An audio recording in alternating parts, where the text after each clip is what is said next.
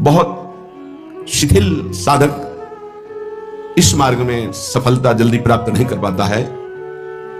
जो पुरुषार्थ प्रयत्नशील और जिद्दी स्वभाव का होता है वो जल्दी लाभ प्राप्त कर लेता है। आपको लगता है यहां कोई साथ देने वाला है? अगर आप भगवत मार्ग के पथिक हैं, अभी आपको लगता है आपका कोई है, तो अभी बहुत बड़ा भ्रम है। पूरा का पूरा परिवार जा रहा है, 1 मिनट में रोड में नष्ट हो गया। काल है, किस समय कहां कैसे, 1 सेकंड का पता नहीं है। कैसे चैन से नींद आ जाती है तुम्हें? ये जो दुर्वासना के नाश की कृपा है, ये आपकी दिनचर्या है, ये सैकड़ों दुर्वासनाओं को भस्म कर देगी। तुमने खिलवाड़ समझ रखा है? चाहे गृहस्थ हो या विरक्त हो, तुम्हें जो दिनचर्या मिली है, ये दुर्वासनाओं का नाश करने के लिए श्री कृष्ण ने कृपा करके दी है गुरुजनों के द्वारा। इसको खिलवाड़ ना समझो। प्रभु का प्रिय, गुरु का प्रिय वही होता है जो दिनचर्या में मिनट भर विलंब नहीं करता। ये गुरु कृपा है कि आपको डांट लगती है, आपको वचन सुनने को मिलते हैं, आप उसको स्वीकार कीजिए। ये मन की, ये दुर्वासना की वृत्ति को हटाइए। सुविधा भोगी बनने वाला कभी सच्चिदानंद का साक्षात्कार नहीं कर सकता।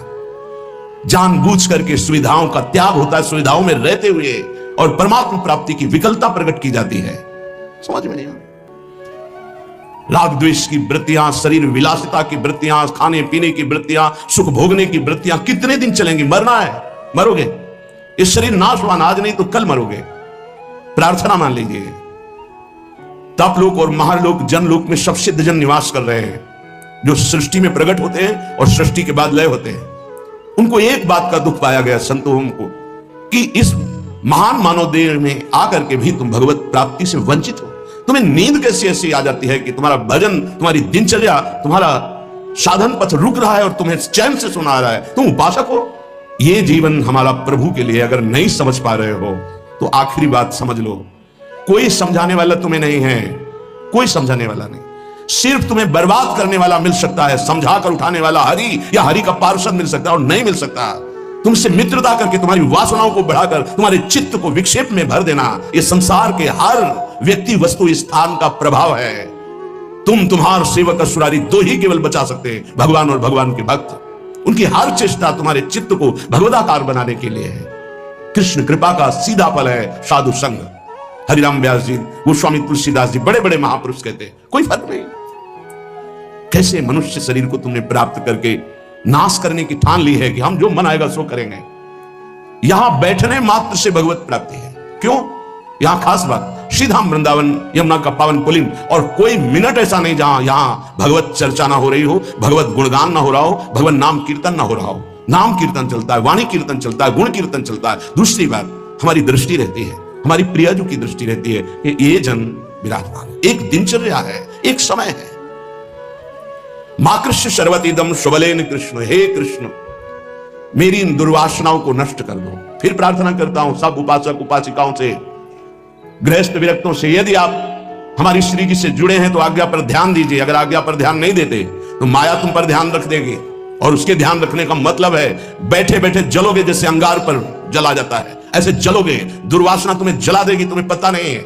जब अपनी जीवनी शक्ति प्रभु की तरफ लगती है तो हरि गुरु को शीतलता प्राप्त होती है, वो प्रसन्न होते हैं। जब अपनापन करके तुम्हारी जीवनी शक्ति व्यर्थ नष्ट होती है तब जलन होती है उस अपनेपन के कारण कि तुम समझ नहीं पा रहे हो। ये आज का अभ्यास तुम्हारे लिए कल काल बन जाएगा। गलत अभ्यास तुम्हारे लिए कल ये प्रमाद बन जाएगा। प्रमाद ही मृत्यु है, शास्त्रों में वर्णन है। जो अप्रमादी है, प्रमाद रहित है, वही भगवत तत्व को, जो भगवत तत्व को प्राप्त कर लेता वही निर्विकार स्थिति में परमानंद में डूबता है। माना हम लड़खड़ा रहे लेकिन चल रहे हैं अपने रास्ते पे, रास्ता ही नहीं। उपासक को इस बात पर सदैव सावधान रहना पड़ेगा। अगर हम अपनी इच्छाओं का मर्दन नहीं कर सके, अपने गुरु की आज्ञा पर नहीं चल सके, अपने शास्त्र आज्ञा पर नहीं चल सके, तो मुझे लगता है कि आगे चल करके आपका जीवन बड़ा संकटपूर्ण रहेगा। संकटपूर्ण, ये विकार आपको रौंद देंगे, इसीलिए विचलित होते हैं कि आप लोग इतने बलवान बनिए कि आक्रमण कब हो जाए, कहां किस वासना का, आप उससे लड़ना जाने। आपके अंदर युक्तियां होनी चाहिए। आप हमारे भगवत पार्षद हैं, श्री जी के जन हैं, आपके अंदर युक्ति होनी चाहिए। गुरु की प्रगट उपस्थिति में युक्तियों की, कलाओं की आपके अंदर वृत्तियां जानी चाहिए कि कभी किसी विकार का आक्रमण हो तो कैसे बचा जाता है, कैसे हमारे को इस माया पर विजय प्राप्त करना है, कैसे विषम परिस्थितियों में अपने चित्त को डूबने ना पाए बचाया जाए। यह संतों से सीखा जाता है। कैसी पार्थिव दृष्टि है कि शरीर सुख के लिए सोना जागना खाना पीना बस यही हम सुख मानते हैं। नहीं भाई, ये सुख तो बहुत जन्म भोग लिए। इस जन्म में एक नियत समय रखिए, एक अल्पाहार की सीमा रखिए, एक भोजन का समय रखिए, एक अपनी दिनचर्या का समय होना चाहिए। ये नहीं आज मनाया 2 बजे पा लिया, फिर मनाया 5 बजे पा लिया, मनाया 3 बजे से 8 बजे रात्रि तक सो रहे, 8 बजे से 4 बजे तक जग रहे। ऐसी दिनचर्या नहीं होती, कभी ऐसी नहीं। दिन बाई चांस कभी कोई सेवा में समय लग गया हो, बात अलग है, ऐसी दिनचर्या नहीं होती। पक्का मानिए आपका हित इसी में है कि जो दिनचर्या दी जाए उसका पालन कीजिए। हमारा सत्संग तभी लाभ देगा आपको, हमारा एकांतिक वचन तभी लाभ देगा आपको जब हमारी आप आज्ञा पर चलेंगे। जैसी दिनचर्या बना दी है, ये दिनचर्या जानते हो, बड़े बड़े सिद्ध महापुरुष इसी से हुई दिनचर्या से। 1 मिनट का अंतराय कभी जीवन में नहीं पड़ने दिया अपनी दिनचर्या। वही परिपक्व अवस्था। 12 वर्ष एक दिनचर्या कर लीजिए, आप देखिए आपका क्या स्वभाव बनता है। हाँ, 20-20 वर्ष 25-25 वर्ष व्यतीत हो जा रहे हैं, कोई दिव्यता नहीं आ रही। कारण क्या है? खो रहे हैं जीवन को, खो रहे हैं। बिल्कुल कई बार हम चिल्ला चिल्ला कर कहते हैं कि आप समझिए, ये जो दिनचर्या है ये भगवान का स्वरूप है। जो गुरु प्रदत्त दिनचर्या है वही तुम्हें ब्रह्मबोध कराएगी, वही भगवत प्रेम कराएगी। नहीं, ये वासना बहुत बलवान है, पता नहीं चलता कि हम निर्वासनिक हो गए कि वासना युक्त है। एक योगी जी आए थे महान, वो अभी गए हैं तप के लिए, जहां बर्फ के भगवान का स्वरूप, हाँ अमरनाथ सर जैसे ऐसे हो गए। वो बोल रहे थे कि क्या है कि इतनी साधना पर भी वासना, क्या ये प्रारब्ध है? प्रारब्ध से वासना भोग उपस्थित कर सकती, क्रिया नहीं। क्रिया उपासक स्वयं छूट दे करके करता है। कोई भी भोग सामग्री प्रारब्ध से, विश्व की भोग सामग्री आ सकती है पूर्व प्रारब्ध से, लेकिन उसका संयोग आपके अविवेक और विवेक के ऊपर टिका हुआ है। अविवेकी हो तो संयोग करोगे, विवेकी हो तो बचा लो, नहीं तो प्रारब्ध भोगते भोगते पशुता आ जाएगी, दैवी संपत्ति नहीं आएगी। प्रारब्ध का आना हो सकता है, लेकिन प्रारब्ध हमको उस भोग में लिप्त कर दे, यह अज्ञान हो सकता है। ये प्रारब्ध नहीं है कि आप मनमानी आचरण करते रहे, आप मनमानी। कितना दुलार किया जाएगा, कब तक दुलार किया जाएगा? भगवान इतना दुलार करके मानो देह दिए, कहते भगवान कहां है? कैसी विचित्र भगवान की माया है। गोस्वामी श्री तुलसीदास जी महाराज कहते हैं, अभी समय है, समय है। सबसे बड़ा पछतावा क्या? भगवान का साक्षात्कार नहीं हुआ और शरीर छूट रहा है। ऐसे साक्षात्कार होगा? केवल भगवदाकार वृत्ति से भगवत साक्षात्कार होता है, उसी के लिए सारा प्रयास है। सबसे बड़ा डर क्या? प्रभु का नाम ना छूट जाए, सबसे बड़ा डर। जिसने इस बात को समझ लिया वो जीत गया।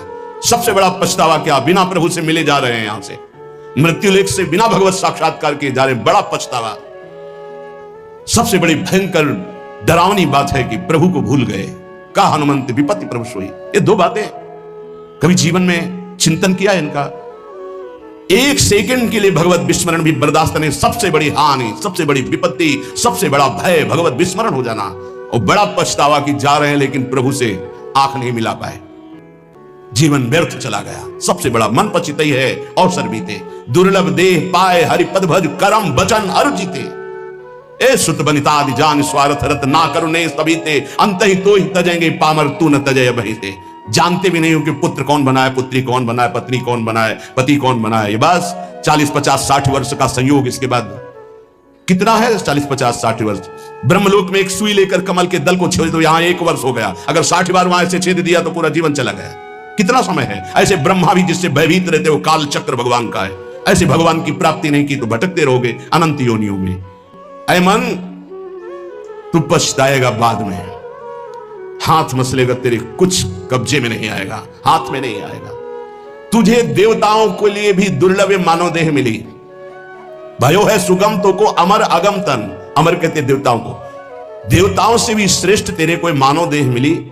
समुदिधो कत खोवत अकाथ, और ये मानव देह मिली थी भगवत प्राप्ति के लिए। क्या समझ करके तूने भगवत विमुख जीवन व्यतीत करने का निश्चय कर लिया? क्या तुझे मिलेगा? कौन सा कार्य तेरा बन जाएगा? रोज आयु क्षीण हो रही है, लोग जन्मदिन मना रहे हैं, आज बर्थडे, तुम्हें पता नहीं 365 दिन मिट्टी में मिल गए। अगली श्वास है कि नहीं है, कोई भरोसा नहीं। न नाम कीर्तन, न भजन, न भगवत चिंतन, और 1 वर्ष व्यतीत हो गए, न भगवत साक्षात्कार हुआ। तो हमें तो लगता है 1 वर्ष व्यतीत होने के बाद भगवान नाम कीर्तन करके, भगवत प्रार्थना करके रोना चाहिए कि नाथ 1 वर्ष गए, अगला वर्ष हमारा आपके दर्शन योग्य हो जाए, आपके चिंतन योग्य हो जाए। तू तनिक भी चिंता नहीं कर रहा। व्यर्थ क्यों अपने जीवन को बर्बाद कर रहा है? जहां नाम जप नहीं है, भगवत समर्पण कर्म नहीं है, आज्ञा का पालन नहीं है, तो खिलवाड़ आप अपने जीवन से स्वयं कर रहे हैं। सुख साधन ये बहुत बड़ा सांप है। हमारी बात समझ में नहीं आएगी, लेकिन आपसे प्रार्थना करते हैं, जो साधक सुख सुविधा से भजन करना चाहता है वो भूल जाए कि वो भजन करेगा, भगवत प्राप्ति करेगा। दुख और असुविधा भगवत प्राप्ति के मार्ग पर ऊपर चढ़ाती है। सुख और सुविधाओं का भोक्ता कभी भजनानंदी नहीं हो सकता, कभी नहीं। हाँ, वृत्ति भगवदाकार हो गई, उसे सिंहासन में बैठा ला जा, महलों में रखा जा, कोई फर्क नहीं पड़ने वाला। महलों में रखो चाहे झोपड़ी में, वास्तविक स्थिति होती है। अगर भगवदाकार वृत्ति करनी है तो एक सीमा में अपने जीवन को बांध ले। इतना आहार, ऐसे शयन, ऐसे अपने जीवन को, विश्व में किसी भोगों की कमी नहीं है। जब तक भगवदाकार वृत्ति न हो तब तक सुख सुविधाओं को नहीं। भूमि शयन वलकल वसन, जैसे शास्त्रों में वर्णन आता, तो चलो वलकल वसन की जगह कौपीनवंता खलु भाग्यवंता, मार्किन की कौपीन, मार्किन नीचे व संग ढकने के लिए, आहार के लिए अल्पाहार, रात दिन भजन, भूमि शयन, जमीन में आसन लगा, चटाई बिछी। 50 साधक ऐसे हैं, उनके कमरे में जाओ तो कुछ है ही नहीं, एक चटाई बिछी हुई बस, एक अच्छी लंगोटी टंगी बस, वो भी तो साधक है। आहार जो श्री जी के द्वारा प्रदान हुआ आकाश वृत्ति से आता है। आकाश वृत्ति परम पवित्र निर्मल, जैसे आकाश का जल निर्मल होता है, ऐसे आकाश वृत्ति जो आ गया उसी से भरण पोषण हो रहा। याचना नहीं, संकेत नहीं, जो प्रारब्धवशात श्री जी की कृपा से आ गया उसको अपने उदर में डाला। राधा राधा राधा, हमारा लक्ष्य है मरना, जीवित मर जाए उलट आप में समाये यह है दिलगिरी। ये झांसे में मत पड़ो माया के, ये खा लो, ये पी लो, ये सो लो, ऐसा गद्दा, ऐसी कंबल, ऐसा स्वेटर, ये सुख सुविधाएं अभी नहीं, फिर बाद में जो प्यारो करे सोई मोई भावे। अभी जो आज्ञा है उसके अनुसार चलेंगे। क्या नहीं देने की चेष्टा की राका बाका जी को ठाकुर जी ने? नहीं चाहिए, आपका दिया हुआ भी नहीं चाहिए, आप चाहिए, सिर्फ आप चाहिए। चलो हमारी वैसी स्थिति नहीं है तो जितने से हमारे प्राणों का पोषण होता, शरीर निर्वाह होता, बस कह रहे सुख साधन हरि विमुख। दो भाव, यदि हरि से विमुख हो तो सुख साधन तुम्हें जलाएंगे, चिंता शोक भय प्रदान करेंगे। दूसरा भाव, ये सुख साधन तुम्हें हरि से विमुख कर देंगे। सुख साधन हरि विमुख, दो भाव है इसके। अगर हरि विमुख हो, सुख साधन है तो जलते रहोगे, चिंता भय शोक मृत्यु इससे बच नहीं पाओगे। और अगर सुख साधन के भोक्ता हो तो हरि विमुख हो जाओगे, भजन में रुचि नहीं रह जाएगी। ये जीवन जो मिला है सोने के लिए नहीं मिला है, प्रभु प्राप्ति के लिए मिला है। उचित निद्रा, उचित शयन, ये भेड़िए की तरह बच्चों को डराने वाले विकार होते हैं, भगवत मार्ग के पथिकों को नहीं। हाँ, हम स्वयं स्वीकार करते इसलिए घुटने टेक देते हैं। अगर स्वयं स्वीकार ना करे तो विश्व ब्रह्मांड में कोई विकार नहीं है कि तुम्हारे को गिरा सके। तुम्हारी पार्षद हो, प्रियाजू के शरणागत हो। जब तुम स्वयं ललचा कर ये खिलौना चाहिए तो मेरी प्रियाजू कृपाल खेल ले जा। जब उब जाना तो बताना मेरे से, नहीं भगवत पार्षद को कोई गिरा सके, सीम की चाप सके, कोई तासु बड़ रखवार रमापति जासु। ऐसे खिलवाड़ समझते हो परमार्थ के पथिक हो करके। तुम्हें कोई गिरा सकता है, तुम गिरना चाहते हो इसलिए गिर सकते हो। अगर तुम गिरना ना चाहो तो कोई गिराने की सामर्थ्य नहीं रखता। साधन विषय सेवन जितना है, दोनों अलग अलग मार्ग है। विषय को साधन बना लो, साधन विषय ना बना लो, जीवन नष्ट हो जाएगा। नहीं समझ पा रहे, नहीं समझ पा रहे। गुरुजनों की रुचि देखी जाती है। क्या रुचि? मन मन की रुचि जानी नहीं है विधि अनुसार। अनुमति तो सब ले रहे हैं, आज्ञा का पालन कौन कर रहे हैं? आज्ञा एक बार होती है, ऐसे चलो। फिर वो कृपाल होते हैं, अनुमति दे देते हैं, चलो ऐसे चलो। क्या क्या तरीका क्या है? क्या आप अपने सुख सुविधा के द्वारा साधना के मार्ग पर चल सकते हो? खिलवाड़। आज्ञा पर जब चलना है तो परमार्थ का पथ प्रकाशित होना। इतना समझ लीजिए कि प्राण चाहे चले जाए, हम गुरु आज्ञा को उल्लंघन नहीं करेंगे। आप जीत गए। अगर आप ऐसा नहीं करेंगे तो आप परास्त हो जाएंगे। चाहे गृहस्थ मार्ग से परमार्थ में चले, चाहे विरक्त मार्ग से चले, दोनों के लिए वही भगवत प्राप्ति है, पर आज्ञा पालन। सुख साधन हरि विमुख, और हरि विमुख तो वृथा जैसे श्रम फल घृत हित मथे पाथ। पानी को चाहे जितना मथते रहो कभी घी नहीं निकलने वाला। ऐसे ही सुख सुविधा में जो भजन करते हैं उसमें घी नहीं निकलने वाला, प्रेम रूपी पानी का मथना है। अगर सुख सुविधा से ही भगवत प्राप्ति होती तो रघुनाथ दास गोस्वामी के पिता और उनके भाई एक राजा महाराजा की तरह वैभव था। जब उनको स्कूल पढ़ने के लिए भेजा जाता था तो 4 साथ में अंगरक्षक और पालकी में बैठ के जाते थे, पूज्य श्री रघुनाथ दास गोस्वामी जी। लेकिन जब महाप्रभु चैतन्य देव के नाम कीर्तन को सुना तो हृदय व्याकुल हो गया कि जीवन का लाभ तो यही है। महाप्रभु ने अनुमति नहीं दी, नहीं तुम अभी पिता के घर में रहो। उनका भाग, अब भागे जगन्नाथपुरी गए। महाप्रभु के समय भूख प्यास सब सहते हुए पिता को जब पता चला कि वो नहीं आएंगे तो वैभव भेजने लगे। रसोईया, सब सेवक, कोई सेवा स्वीकार नहीं की, और जगन्नाथ जी के गेट में खड़े होकर जो भिक्षुकों को मिलता वो पाते। ये हम प्रभु के लिए निकले हैं।